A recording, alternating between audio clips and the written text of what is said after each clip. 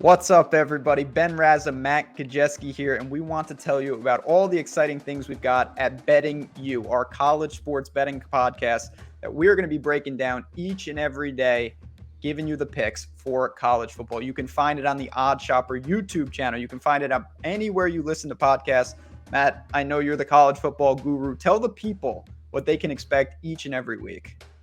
Yeah, we're trying to take a high-level, data-driven approach looking at the spreads and talking about these games on a weekly basis. We're also trying to give you an information edge college football. There's over 130 teams. There's a lot to stay up to date on.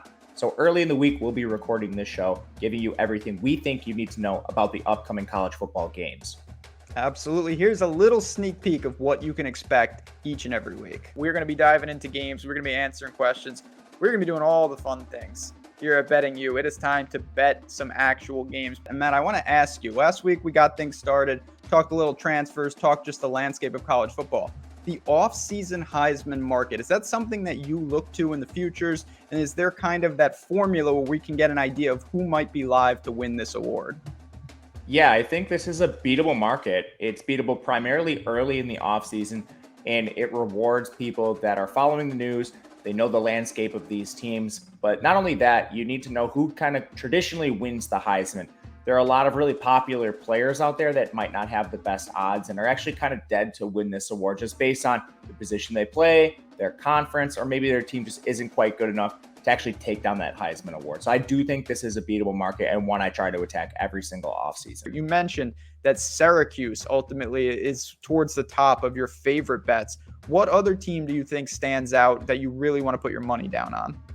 Yeah, Syracuse under 5 is by far the win total I like the most. We just discussed that, but under 140 is a crime. I think you should take that one for sure.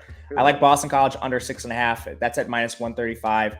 Just a team with a lot to rebuild, especially in the offensive line. And they have a tough schedule. I think this most likely lands on 5 most of the time, so 6.5 towards the under is pretty solid.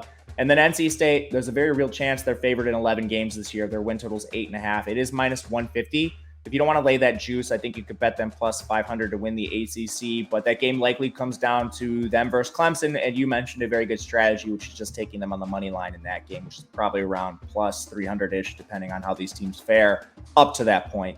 Those are my favorite three. So, I mean, Texas, I just don't think they're going to be good enough to propel a running back to actually win this award. And from there, with running back, you're also kind of towing this line.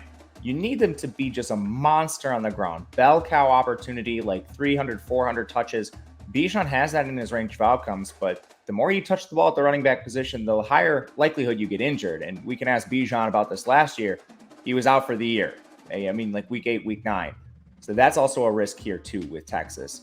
Not to mention they have plenty of talent around Bijan. This is not an Alabama offense with Mark Ingram where they're just devoid of talent around him, but they have a solid offensive line that can pound the ball. The biggest question with Texas this year outside of Quinn Ewers at quarterback is their offensive line.